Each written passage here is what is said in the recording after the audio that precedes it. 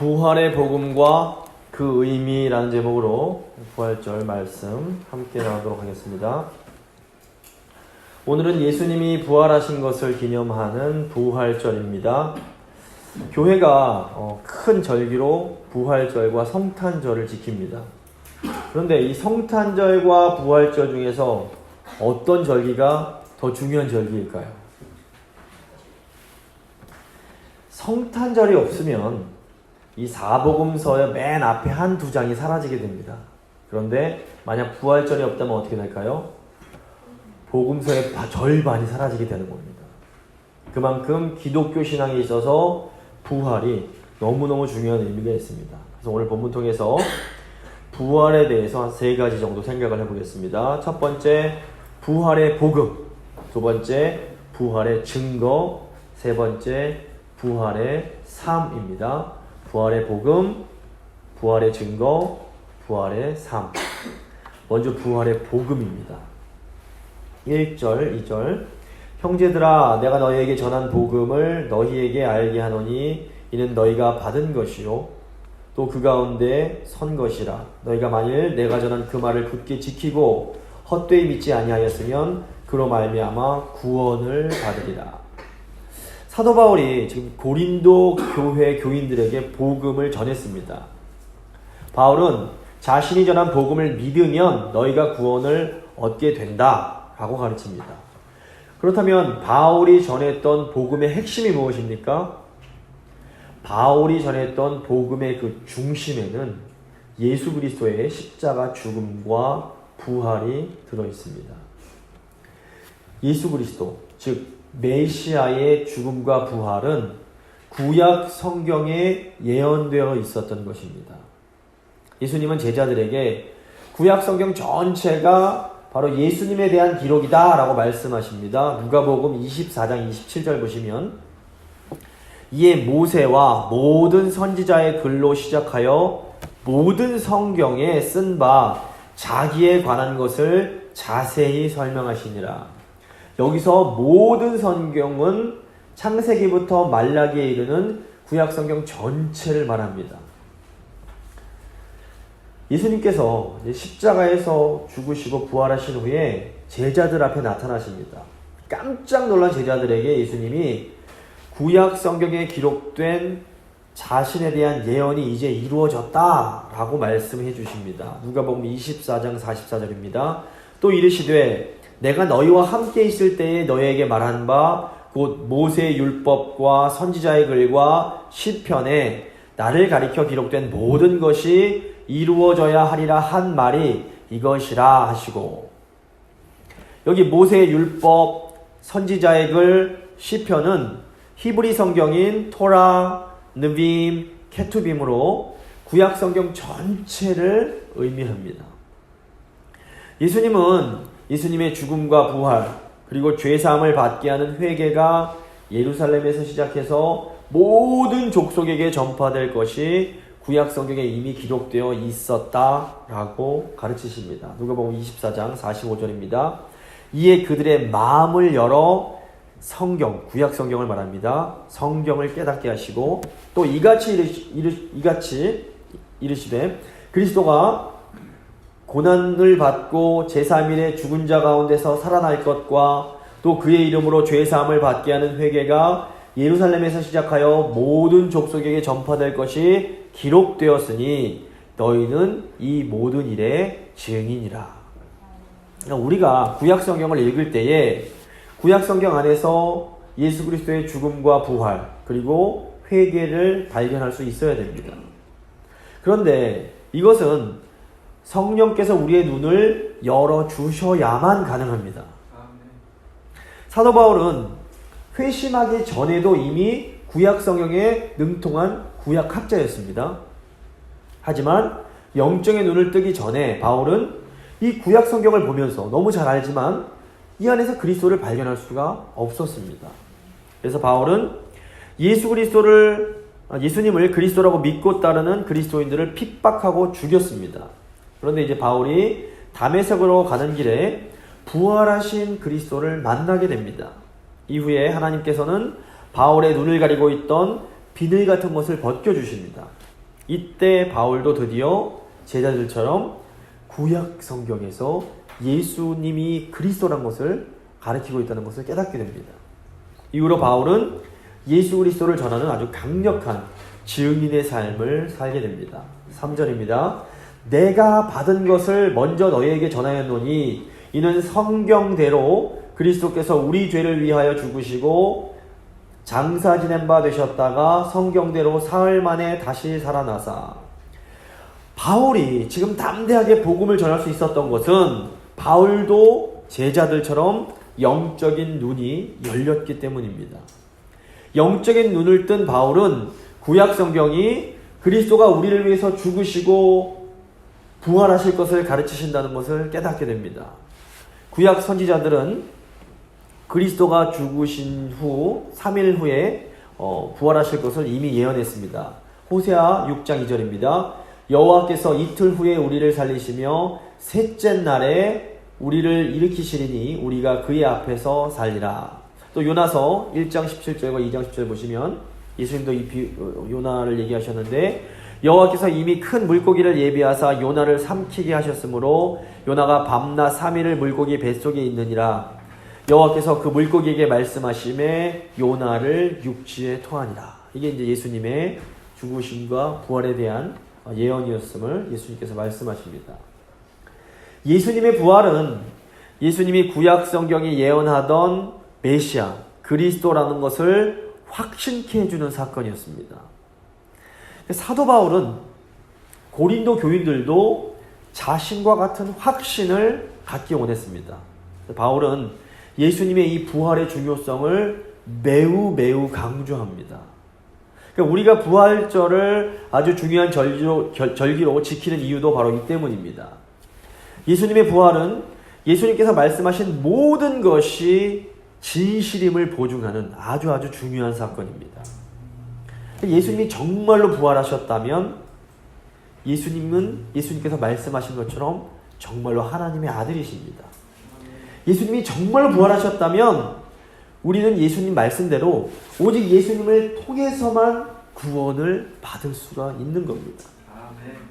그렇다면 예수님이 정말로 부활하셨다는 것을 우리가 어떻게 알 수 있을까요? 두 번째, 부활의 증거입니다.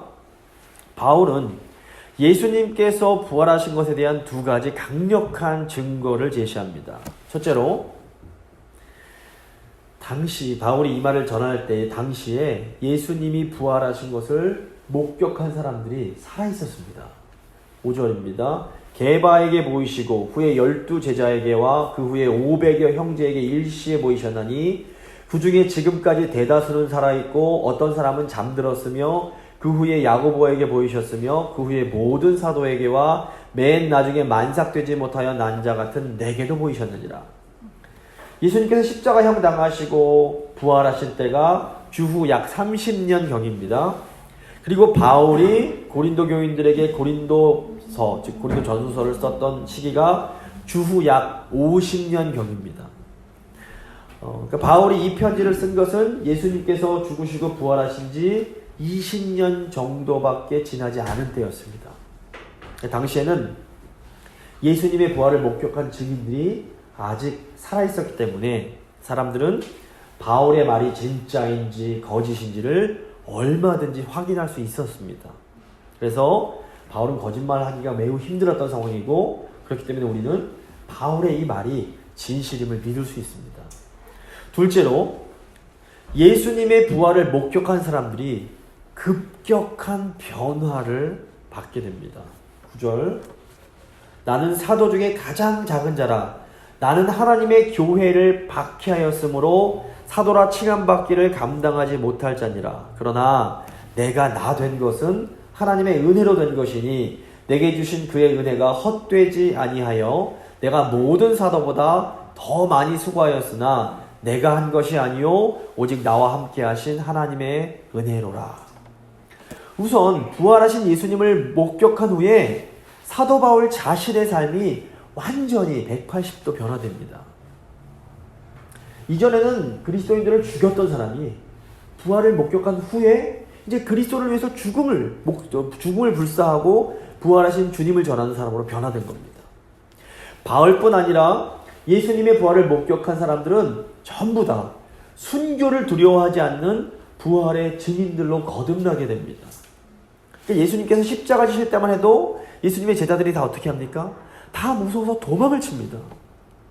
이렇게 겁이 많던 제자들이 어느 날 갑자기 변해서 용기 있는 사람들이 되어서 생명을 걸고 부활하신 예수님을 전파하기 시작합니다. 제자들의 이런 갑작스런 변화는 예수님의 부활을 보았다는 가장 강력한 증거가 됩니다. 예수님의 부활을 인정하고 싶어하지 않는 사람들은 야, 제자들이 단체로 거짓말하는 거다. 또는 제자들이 단체로 어떤 환상을 본 것이다. 라는 등 여러 가지 이론들을 만들어냈습니다. 하지만 이런 이론들은 예수님 당시의 상황을 생각해 보면 사실 말이 되지 않습니다. 어떤 바보가 자기들이 만들어낸 거짓말을 위해서 목숨을 걸 수 있겠습니까? 바울과 또 다른 예수님의 제자들의 급격한 변화는 그들이 정말로 예수님의 부활을 보았다는 증거일 수밖에 없습니다. 물론 그 사입이나 또 이단 종교에 속한 사람들도 자기들의 믿음을 위해서 목숨을 걸기도 합니다. 하지만 부활의 증인들과 이런 이단에 속한 또는 다른 종교에 속한 사람들이 자기 목숨을 거는 것과는 확연한 차이가 있습니다. 이단들은 또는 다른 종교 사람들은 자기들이 구원받기 위해서 목숨을 거는 겁니다. 내가 죽어야 천국 갈 수 있기 때문에 목숨 거는 겁니다. 이단들은 다른 사람들을 구원하기 위하여 생명을 거는 경우가 없습니다. 하지만 초대교회 성도들은 다른 사람들을 구원하기 위해서 목숨을 걸었습니다. 부활하신 예수님을 만난 제자들은 다른 이들을 살리기 위하여, 그들을 구원하기 위하여 자기의 생명을 아끼지 않았던 것입니다. 지금 사도 바울도 자기가 구원받기 위함이 아니라 이방인들을 구원하기 위하여 생명을 걸었습니다. 여기 아주 중요한 의미가 있습니다. 부활하신 예수님을 목격한 사람들은 예수님의 제자들이었습니다. 제자는 스승의 길을 따라가는 사람들입니다. 근데 예수님의 삶을 보면 예수님은 다른 사람들을 살리기 위해서 희생하는 삶을 사셨습니다. 예수님의 부활은 하나님께서 예수님이 사신 그 삶이야말로 가장 아름다운 삶이며 가장 옳은 삶이라는 것을 확증해주는 사건이었습니다. 제자들은 예수님의 부활을 통해서 무엇이 가장 가치 있는 삶인지를 확신할 수 있었습니다. 그리고 자신들도 예수님처럼 나를 위해서가 아니라 다른 이들을 살리기 위해서 생명을 거는 희생의 삶을 살아갔던 것입니다. 교회는 이렇게 예수님의 부활을 목격한 제자들의 희생과 헌신을 통해서 시작되었습니다. 또 부활을 확신하며 희생의 삶을 사는 예수님의 제자들을 통해서 2000년 교회가 이어져 오게 됩니다. 오늘날 이 세상 사람들에게 예수님의 부활이 진짜라는 사실을 저희가 어떻게 증명할 수 있을까요? 과학적으로는 2000년 전에 일어났던 예수님의 부활 사건을 증명할 방법이 없습니다.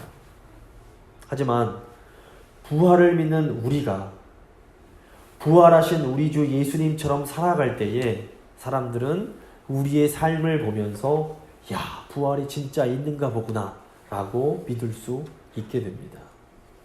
이제 세 번째, 부활의 삶입니다. 예수님의 부활을 목격한 제자들이 예수님처럼 살아갈 수 있게 했던 그 힘이 무엇일까요? 부활은 지금 우리가 살고 있는 이 세상이 전부가 아님을 우리에게 알려줍니다. 아멘. 우리가 살고 있는 이 세상이 전부가 아니라 다가올 세상이 있습니다.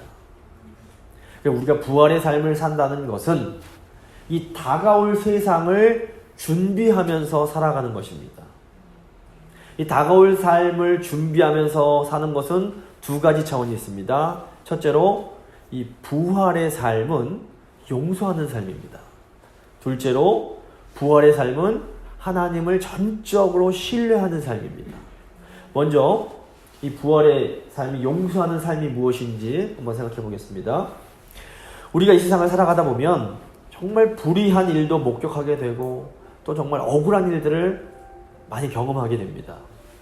뉴스 보시면 힘있고 권세 있는 자들이 저지르는 온갖 불의한 일에 대한 보도가 매일같이 들려옵니다.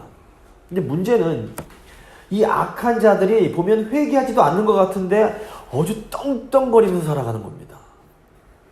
시편 보시면 다윗이 이런 악한 자들에 대해서 이렇게 묘사를 합니다. 시편 4절 6절을 제가 세 번역으로 한번 읽어드리겠습니다. 악인은 그 얼굴도 뻔뻔스럽게 벌 주는 이가 어디 있느냐? 하나님이 어디 있느냐? 고 말합니다. 그들의 생각이란 늘 이러합니다. 그런데도 악인이 하는 일은 언제나 잘 되고 주님의 심판은 너무 멀어서 그들에게 보이지 않으니 악인은 오히려 그의 대적을 보고 코웃음만 칩니다. 그는 마음속으로 내가 망하는가 두고 봐라. 나에게는 언제라도 불행과 저주란 없다. 라고 말합니다. 우리도 주위에서 일어나는 일 보면서 이런 원통함 가질 때가 있지 않습니까? 이 미로슬라브 볼프라는 크로아티아 출신의 아주 유명한 신학자가 있습니다. 이 볼프는 유고슬라비아 내전을 겪으면서 고향 사람들이 강제 수용소에 수감이 되고 여자들이 강간을 당하고 교회가 불타고 도시가 파괴되는 것을 목격했습니다. 만약에 자기 집을 불태우고 아내를 강간하고 자기 자녀를 죽인 자들이 전혀 반성의 기미도 없이 뻔뻔스럽게 살아가고 있는 것을 본다면 우리가 어떻게 해야 될까요? 칼이나 총을 들고 가서 우리가 사랑하는 사람들의 복수를 해주어야 할까요? 이 볼프의 답은 무엇인가 하면 하나님의 진노하심에 맡기라 라는 것입니다. 부활의 때에 궁극적인 심판이 있습니다. 이렇게 궁극적인 심판이 있음을 믿을 때 우리는 우리 스스로 복수하지 않을 수 있게 됩니다. 사실 살다 보면 우리의 마음에 상처를 주는 사람들을 많이 만나게 됩니다. 어떤 사람들은 없는 거짓말까지 만들어내면서 우리를 공격할 때가 또 있습니다. 나는 정말 그 사람을 위해서 최선을 다했는데 그 사람은 계속해서 나를 오해하고 험담하고 깎아내리고 싶어 합니다. 이때 우리가 부활을 믿지 못한다면 너무너무 억울할 것입니다. 하지만 만약에 부활이 사실이라면 우리는 하나님께서 언젠가 직접 심판하시고 우리의 억울함을 다 풀어주실 것을 믿을 수 있습니다. 그래서 부활신앙은 이 악한 시대 속에서 우리가 스스로 복수하지 않을 수 있는 놀라운 힘을 우리에게 줍니다. 아미쉬라는 기독교 공동체가 있습니다. 들어보신 적 있을 텐데 이 사람들은 종교개혁 당시 제세례파라고 불리던 급진개혁파의 후예들입니다. 이 아미시들은 종교개혁 당시 때부터 너무 급진적으로 예수님께 순종하려고 했기 때문에 많은 핍박을 받으면서도 자신들의 신앙을 지키며 살아왔습니다. 이분들은 예수님의 말씀에 따라서 철저하게 평화주의를 실천합니다. 그러면서 공동체 생활을 합니다. 그래서 이분들이 세금은 내고 투표도 하지만 군대 징집은 철저하게 거부합니다. 총 잡지 않겠다는 겁니다.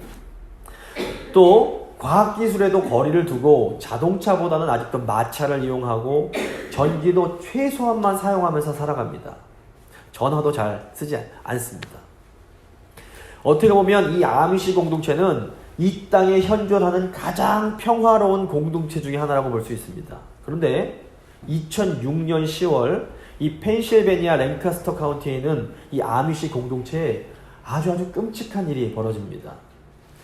세 딸의 아버지이던 32살의 로버츠라는 사람이 이 아미시 자녀들이 다니는 학교에 들어가서 어린 여자아이들, 그러니까 뭐 6살에서 한 13살 사이의 어린 여자아이들을 총으로 쏴서 5명을 죽이고 5명에게는 중상을 입히고 자신은 자살을 해버립니다. 나중에 알려진 바로는 이 사람의 첫째 딸이 어릴 적에 죽었는데 이에 대해서 하나님한테 상처를 입은 겁니다. 하나님한테 앙심을 품고 내가 하나님께 복수하게 된 심정으로 하나님을 잘 믿는 가정의 어린애들을 죽인 겁니다. 이 아미시 공동체 사람들에게는 갑자기 사랑하는 자녀를 잃은 이 사건은 너무너무 끔찍한 사건이었습니다. 그런데 더 놀라운 것은 자녀를 잃은 아미시 사람들이 자기 딸들을 죽인 이 범인을 용서한 겁니다. 아미시 공동체 사람들이 이 범인의 집을 찾아가서 남편과 아버지를 잃은 이 범인의 아내와 자녀들을 위로해 줍니다. 우리는 딸을 잃었지만 당신들은 남편을 잃고 또 아버지를 잃은 거 아닙니까? 그리고 심지어 자기의 딸들을 죽이는 로버츠의 장례식에도 찾아가서 범인의 가족들을 위해서 돈을 기부합니다. 이 아미시 공동체의 용서가 너무나 충격적이었기 때문에 미국 전역에 소식이 막 뉴스를 타고 전해집니다. 이 놀라운 내용이 아미시 그레이스라는 책과 영화로도 이제 제작이 됩니다. 도대체 어떻게 사랑하는 딸을 죽인 사람들을 용서하고 도리어 그 범인의 가족들을 위로할 수 있을까요? 이 아미시 사람들이 이 엄청난 용서를 베풀 수 있었던 것은 그들이 부활과 하나님의 갚아주심을 믿었기 때문입니다. 만약에 부활이 없고 이 세상이 전부라면 우린 이런 용서를 베풀 수 없고 베풀어서도 안 됩니다. 19절 만일 그리스도 안에서 우리가 바라는 것이 다만 이 세상의 삶뿐이라면 모든 사람 가운데 우리가 더욱 불쌍한 자이리라. 바울은 만약 부활이 없다면 예수님 따르는 그리스도인들이야말로 제일 불쌍한 사람들이다 라고 말을 합니다. 실제로 예수님의 제자의 삶이 어떻습니까? 계속 당하고 억울하고 손해를 보면서도 계속 또 용서해 주어야 되는 그런 삶을 살아야 됩니다. 만약에 이 세상이 전부라면 이런 삶이야말로 가장 억울하고 불쌍한 삶일 수밖에 없습니다. 하지만 사도 바울이 뭐라고 합니까? 20절입니다. 그러나 이제 그리스도께서 죽은 자 가운데서 다시 살아나사 잠자는 자들의 첫 열매가 되셨도다. 예수 그리스도가 부활하심으로 우리에게는 부활의 참 소망이 있습니다.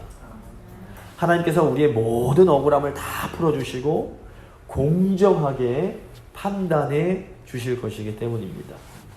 둘째로 부활의 삶을 산다는 것은 하나님을 전적으로 신뢰하는 삶을 의미합니다.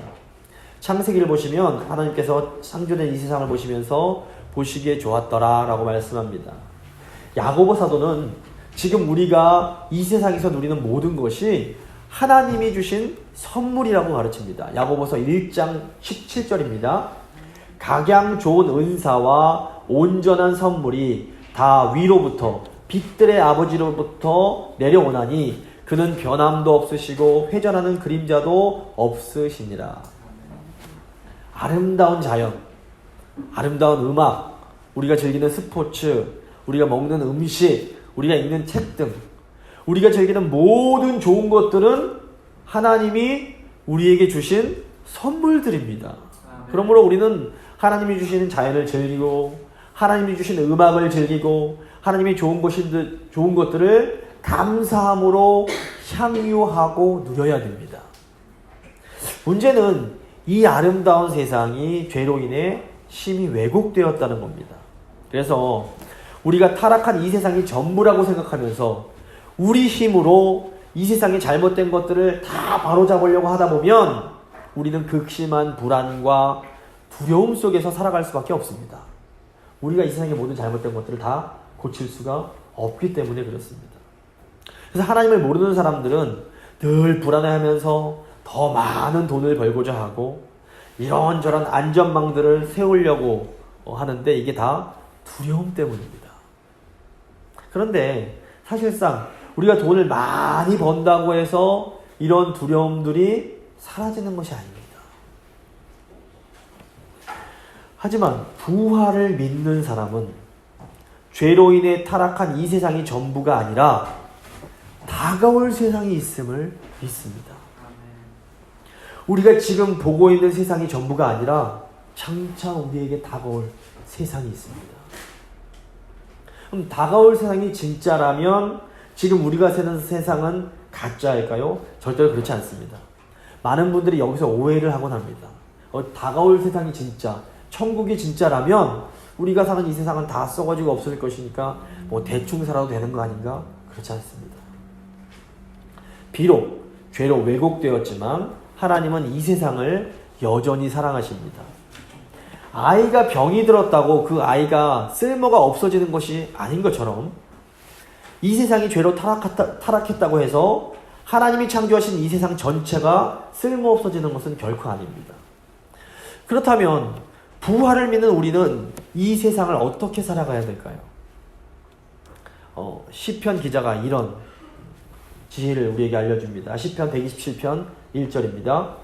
여호와께서 집을 세우지 아니하시면 세우는 자의 수고가 헛되며 여호와께서 성을 지키지 아니하시면 파수꾼의 깨어 있음이 헛되도다.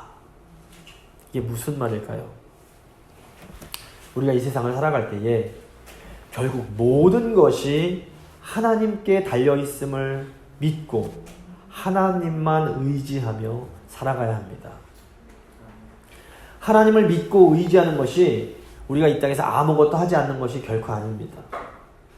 궁극적인 소망을 하나님께 두는 것은 반대로 오늘 내가 해야 할 일을 최선을 다해서 하는 것입니다. 내가 할 일을 최선을 다해서 다 한 후에 어떻게 합니까? 밤에 평안히 잠을 자는 겁니다. 하나님을 전적으로 의지하는 사람은 밤에 평안히 잠을 잘 수 있습니다. 이런 의미에서 부활을 믿는 삶은, 하나님을 의지하는 삶은 안식일과 아주 긴밀한 관련이 있습니다. 안식일을 지킨다는 것은 불완전한 이 세상에서 하나님께 모든 것을 맡기고 의지하는 연습을 하는 것과 같습니다. 그래서 안식을 지키는 것은 우리의 모든 생산과 모든 성취를 그치고 하나님 앞에 나와 하나님 안에서 안식하는 겁니다. 이것이 궁극적인 소망을 하나님께 두는 삶이며 부활을 믿는 삶을 실천하는 삶입니다. 말씀을 마무리 짓겠습니다. 예수님의 부활은 기독교 복음의 핵심 중 핵심입니다. 부활의 가장 강력한 증거는 부활을 목격한 제자들이 완전히 변화된 것입니다. 지금도 마찬가지입니다. 우리가 우리 힘으로 복수하려고 하지 않고 하나님을 전적으로 신뢰하며 살아갈 때에 바로 우리의 삶을 통해서 사람들은 예수님이 정말로 부활하셨음을 볼 수 있게 됩니다. 부활을 믿으시며 늘 부활의 삶을 살아가는 우리 모두가 될 수 있기를 간절히 소망합니다. 이제